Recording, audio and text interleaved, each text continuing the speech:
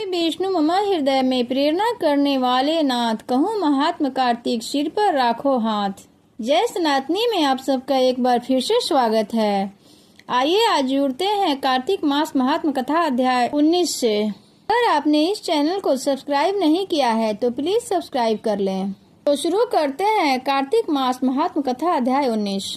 राजा पृथु ने पूछा, हे नारद जी, अब आप यह कहिए कि भगवान विष्णु ने वहां जाकर क्या किया तथा जलंधर की पत्नी का पतिव्रत किस प्रकार नष्ट किया।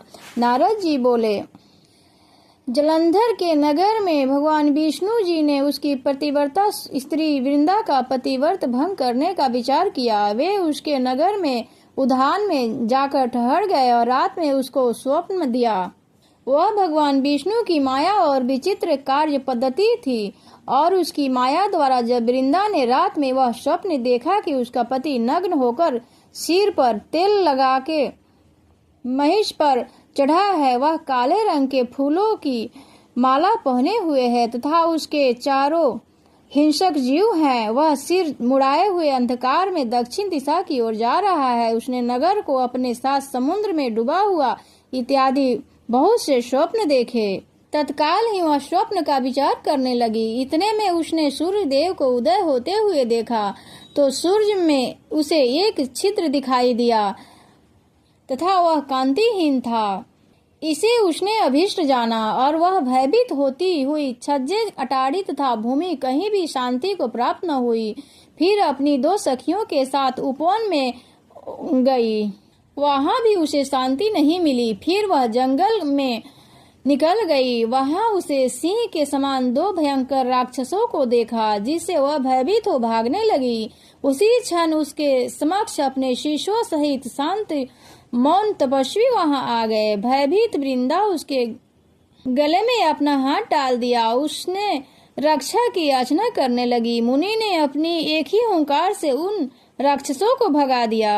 वृंदा को आश्चर्य हुआ तथा भय से मुक्त हो मुनिनाथ का हाथ जोड़ प्रणाम करने लगी। फिर उसने मुनि से अपने पति के संबंध में उसकी कुशल क्षेम का प्रश्न किया। उसी समय दो वानर मुनि के समक्ष आकर हाथ जोड़ खड़े हो गए और ज्यों ही मुनि ने भ्रुकुटी संकेत किया त्यों ही वे उड़कर आकाश मार्ग से चले गए। फिर जलंधर का सिर और धड़ लिए मुनि के आगे आ गए। तब अपने पति को मृत हुआ जान वृंदा मूर्छित हो गई और पृथ्वी पर गिर पड़ी, अनेक प्रकार से दारुण विलाप करने लगी।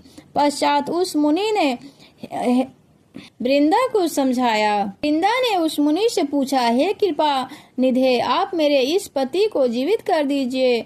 पतिव्रता दैत्य पत्नी ऐसा कहकर दुखी श्वासों को छोड़कर मुनीश्वर के चरणों पर गिर पड़ी। तब मुनीश्वर ने कहा, यह शिव जी द्वारा युद्ध में मारा गया है, जीवित नहीं है। जीवित नहीं हो सकता क्योंकि जिसे भगवान सिर मार देते हैं, शिव का मारा हुआ जीवित नहीं हो सकता।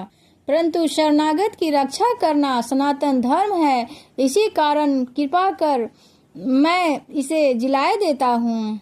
नारद जी ने आगे कहा, वह मुनि साक्षात विष्णु ही थे जिन्होंने यह सब माया फैला रखी थी। तब वृंदा के पति को जीवित करके अंतर्ध्यान हो गए। जलंधर ने उठकर वृंदा को आलिंगन किया और मुख चुमा। वृंदा भी पति को जीवित हुआ देख अत्यंत हर्षित हुई और वह अब तक कई बातों को स्वप्न समझा। तत्पश्चात वृंदा सकाम हो बहुत दिनों तक अपने पति के साथ विहार करती रही। एक बार शूरत काल के अंत में उन्हीं विष्णु को देखकर उन्हें तड़ित करती हुई बोली, हे पराई स्त्री के गमन करने वाले विष्णु, तुम्हारे शील को धिक्कार है। मैंने जान लिया है मायावी तपस्वी तुम ही थे। इस प्रकार कहकर कुपिता पतिव्रता वृंदा ने अपने तेज को प्रकट करते हुए भगवान विष्णु को श्राप दिया। तुमने माया से दो राक्षस मुझे दिखाए थे, वही दोनों राक्षस किसी समय तुम्हारी स्त्री हरण करेंगे।